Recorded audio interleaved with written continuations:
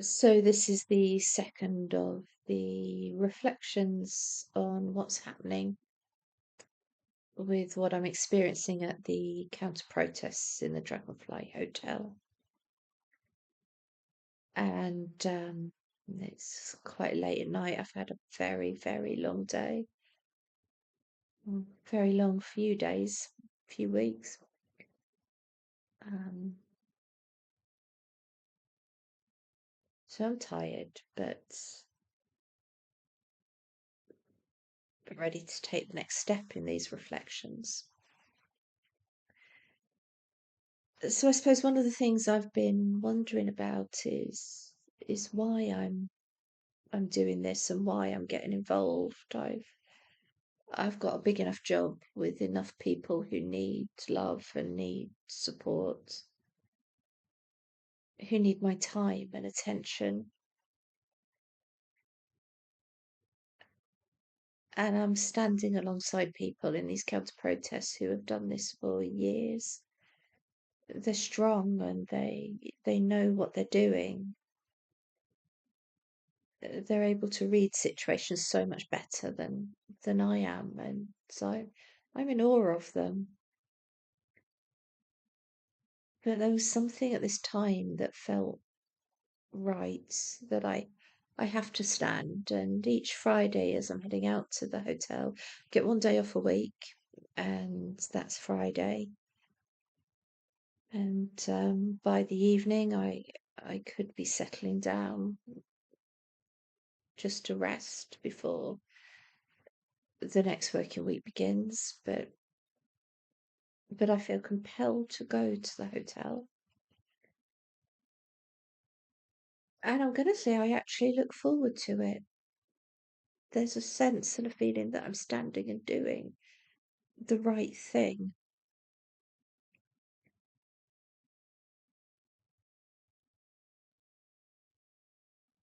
I've sort of placed what I'm doing alongside the story of the women who stood at the cross as Jesus died. There's not much said about them. The story isn't theirs, but they're named as being there. And I wonder if that naming is because they are the ones that witness the whole story. Everyone else runs and leaves Jesus, but these women, they stay and they watch the horror of what's unfolding before them, and they watch for hours and they don't back down and they don't go away. And after the crucifixion, they go on to watch as Joseph of Arimathea takes Jesus' body and prepares it, and they watch as Jesus is placed in the tomb.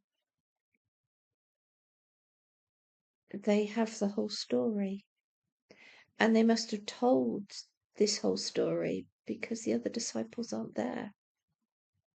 But this story is known in the Gospels. I've been through and pulled out, I've marked it in the Bible, but pulled out just the sections that refer to them. So in Matthew chapter 27, Jesus has died. We're told, verse 50, Jesus again gave a loud cry and breathed his last. Then the curtain hanging in the temple was torn in two from top to bottom. The earth shook, the rocks split apart, the graves broke open, and many of God's people who had died were raised to life. They left the graves, and after Jesus rose from death, they went into the holy city, where many people saw them. When the army officer and the soldiers with him who were watching Jesus saw the earthquake and everything else that happened, they were terrified and said he really was the Son of God.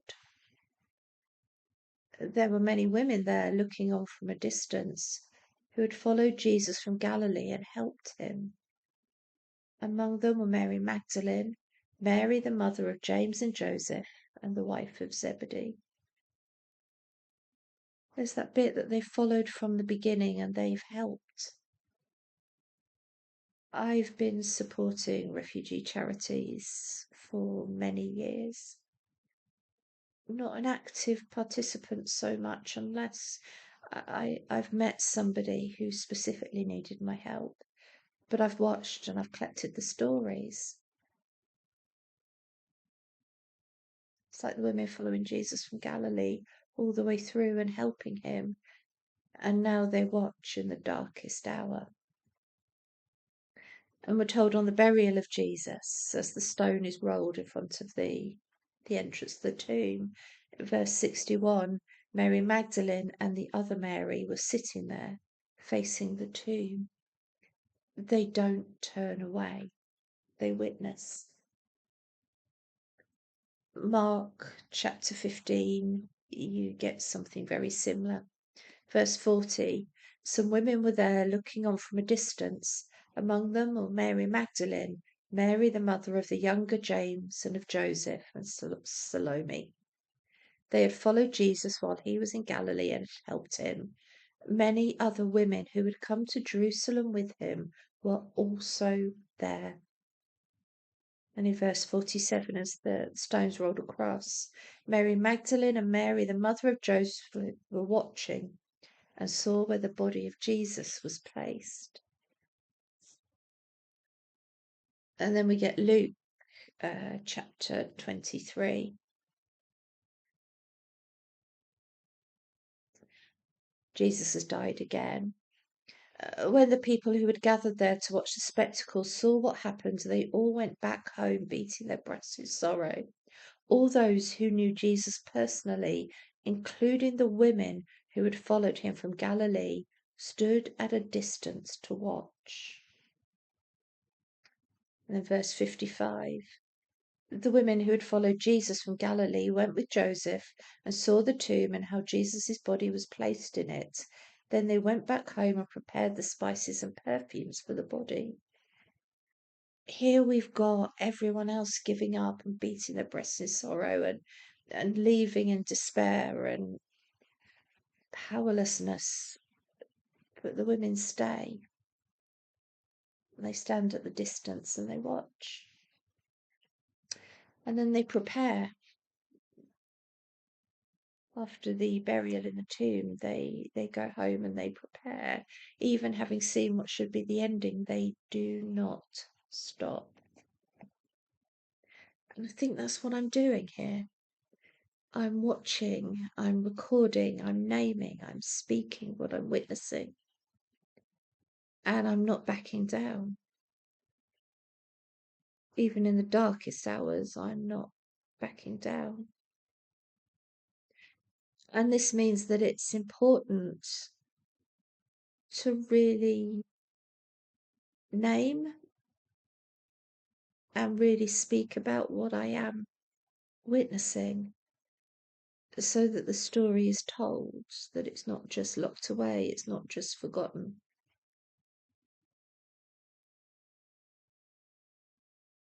So maybe that's why I've getting this determination and this strength.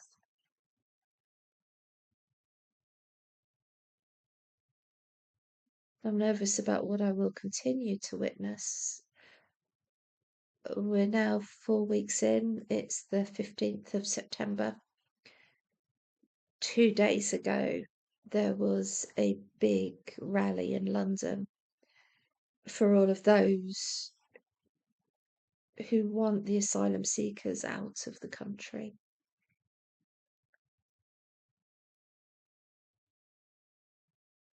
Elon Musk spoke at it and told them that they need to fight or die. Facebook and social media is full of stories from the old football groups that used to do all the fighting. They've regathered, full of people talking about the need to rise up, the need to fight, the need to destroy, the need to kill other people.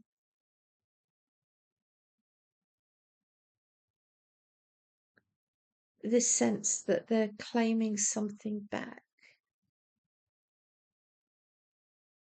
when in fact,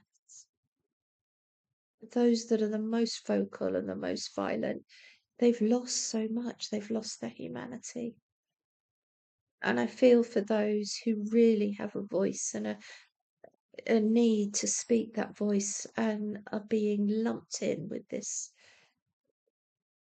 group that just want to destroy.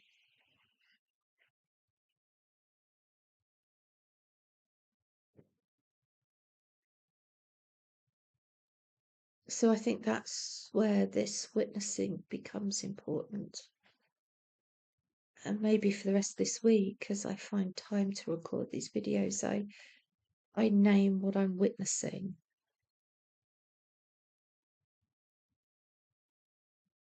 I think that's what I'm going to do.